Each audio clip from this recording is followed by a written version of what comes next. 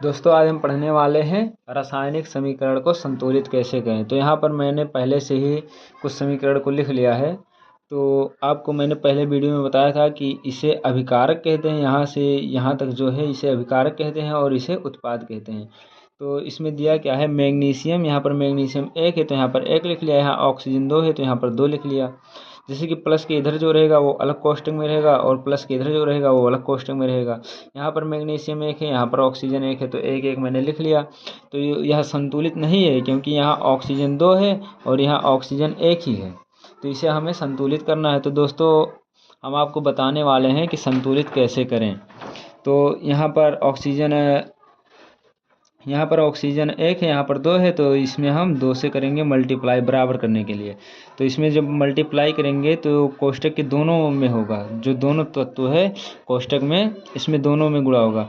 तो यहाँ पर जब हम गुणा करेंगे तो 2 एकम, यहाँ पर भी 2 हो गया, यहाँ पर भी 2 हो गया, तभी भी यह संतुलित नहीं है क्योंकि यहाँ पर मैग्नीशियम 2 हो गया, यहाँ पर 1 ही है, तो इसमें भी हम 2 से क्या करेंगे मल्टीप्लाई। तो यहाँ पर क्या हो गया 2। अब हमारा हो गया संतुलित क्योंकि यहाँ पर मैग्नीशियम 2 है और यहाँ पर भी मैग्नीशियम 2 है, यहाँ ऑक्सीजन 2 है तो यहाँ पर ऑक्सीजन 2 है। तो इसमें मैंने मल्टीप्लाई इसमें किया है तो यहाँ पर लिखेंगे 2 और इसमें मल्टीप्लाई मैंने इसमें किया है तो यहाँ पर लिखेंगे 2। अब यहाँ हमारा जो समीकरण है यह हो गया संतुलित। तो दोस्तों इसी प्रकार हम दूसरे समीकरण को संतुलित करते हैं। तो इसमें क्या दिया है, हाइड्रोजन, यहाँ पर क्या दिया है, हाइड्रोजन दिया है 1 और नाइट्रोजन दिया है 1, ऑक्सीजन कितना है 3 है। तो यहाँ इस प्रकार से हम लिख लेंगे।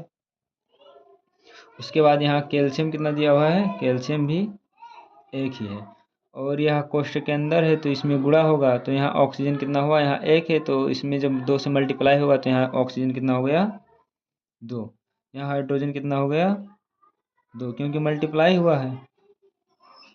इसे हम इस प्रकार से लिख लेंगे। उसके बाद इसी प्रकार से इस तरफ भी लिख लेंगे। तो यहाँ पर क्या कितना है, कैल्शियम, कैल्शियम 1 है, नाइट्रोजन इसमें मल्टीप्लाई है तो नाइट्रोजन 1 है तो 2 से मल्टीप्लाई हो तो कितना हुआ, नाइट्रोजन 2 हो गया। ऑक्सीजन 3 है तो इसमें मल्टीप्लाई हुआ तो कितना हुआ, और ऑक्सीजन 3 दूना 6 हो गया। इसे भी हम इस प्रकार से कोष्टक में कर लेंगे, प्लस के इधर और प्लस के उधर अलग करेंगे। हाइड्रोजन कितना है, हाइड्रोजन 2 है तो इसे हम इस प्रकार से लिख लेंगे। ऑक्सीजन कितना है, ऑक्सीजन 1 है तो इसे हम इस प्रकार से लिख लेंगे। अब देखिए दोस्तों यहाँ पर हाइड्रोजन 1 है, यहाँ पर 2 है, तो हाइड्रोजन इसमें ज़्यादा है तो हम इसमें क्या करेंगे 2 से मल्टीप्लाई। तो यहाँ पर 2 से मल्टीप्लाई करेंगे तो पूरे में होगा, तो 2 एकम 2, नाइट्रोजन 2, ऑक्सीजन 3 है तो 3 दूना 6। तो यहाँ पर हाइड्रोजन कितना है 1 है, यहाँ पर हाइड्रोजन 2 है, यहाँ पर भी 2 हो गया। नाइट्रोजन यहाँ पर कितना है 2 है, नाइट्रोजन इसमें भी 2 है। ऑक्सीजन कितना है 6 है तो इसमें ऑक्सीजन कितना है 6 है। यहाँ कैल्शियम कितना है 1 है, यहाँ पर भी कैल्शियम 1 है। हाइड्रोजन ऑक्सीजन कितना है, यहाँ पर 2 है, इसमें 1 ही ऑक्सीजन है, यानी कि इसमें हम करेंगे 2 से मल्टीप्लाई। तो यहाँ हाइड्रोजन कितना हुआ 2 दूना 4 और यहाँ पर 2, तो हाइड्रोजन यहाँ 2 और 2 मिलकर 4 यहाँ पर हो गया और हाइड्रोजन यहाँ पर भी 4 हुआ, यानी कि अब यह समीकरण संतुलित हो गया। तो मैंने मल्टीप्लाई पहले इसमें किया है तो यहाँ पर 2 लिखेंगे, उसके बाद मल्टीप्लाई मैंने इसमें किया था तो यहाँ पर 2 लिखेंगे। अब ये हमारा समीकरण क्या हो गया, संतुलित हो गया। इसी प्रकार अब हम तीसरे समीकरण को संतुलित करेंगे। यहाँ पर कितना दिया हुआ है Na, यानी कि सोडियम कितना है 1, ऑक्सीजन कितना है 1, हाइड्रोजन कितना है 1। इसे हम इस प्रकार से कर लेंगे। हाइड्रोजन कितना है 2, सोडियम कितना है, नहीं सल्फर कितना है 1, ऑक्सीजन कितना है 4। इस प्रकार कर लेंगे। अब इधर का भी इसी प्रकार कर लेंगे। तो सोडियम कितना है 2, सल्फर कितना है 1, ऑक्सीजन कितना है 4। अब यहाँ पर हाइड्रोजन कितना है 2, ऑक्सीजन कितना है 1। अब यहाँ पर देखिए सोडियम 1 है, यहाँ पर सोडियम 2 है, यहाँ पर ऑक्सीजन 1 है, यहाँ पर भी ऑक्सीजन 1 है। हाइड्रोजन यहाँ पर कितना है 1 है, तो हाइड्रोजन यहाँ पर 2 है, यानी कि इसमें हम करेंगे 2 से मल्टीप्लाई। तो यहाँ कितना हो गया, सोडियम 2 हो गया, यहाँ पर भी 2 है, ऑक्सीजन यहाँ पर 2 हो गया और हाइड्रोजन भी यहाँ पर 2 हो गया। तो इसमें ऑक्सीजन 2 है और इसमें ऑक्सीजन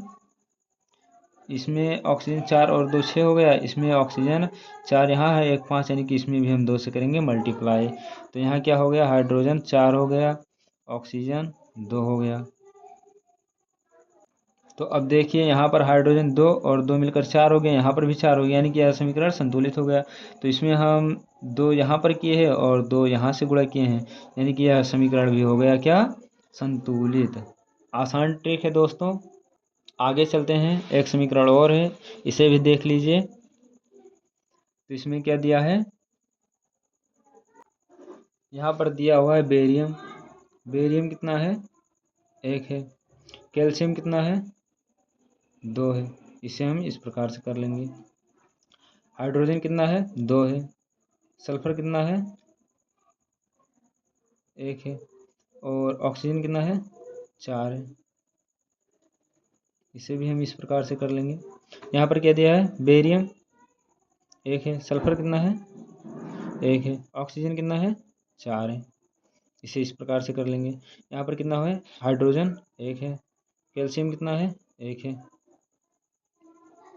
अब दोस्तों इसमें देख लीजिए, कैल्शियम 2 है, इसमें 1 है, यानी कि इसमें हम सबसे पहले करेंगे 2 से मल्टीप्लाई।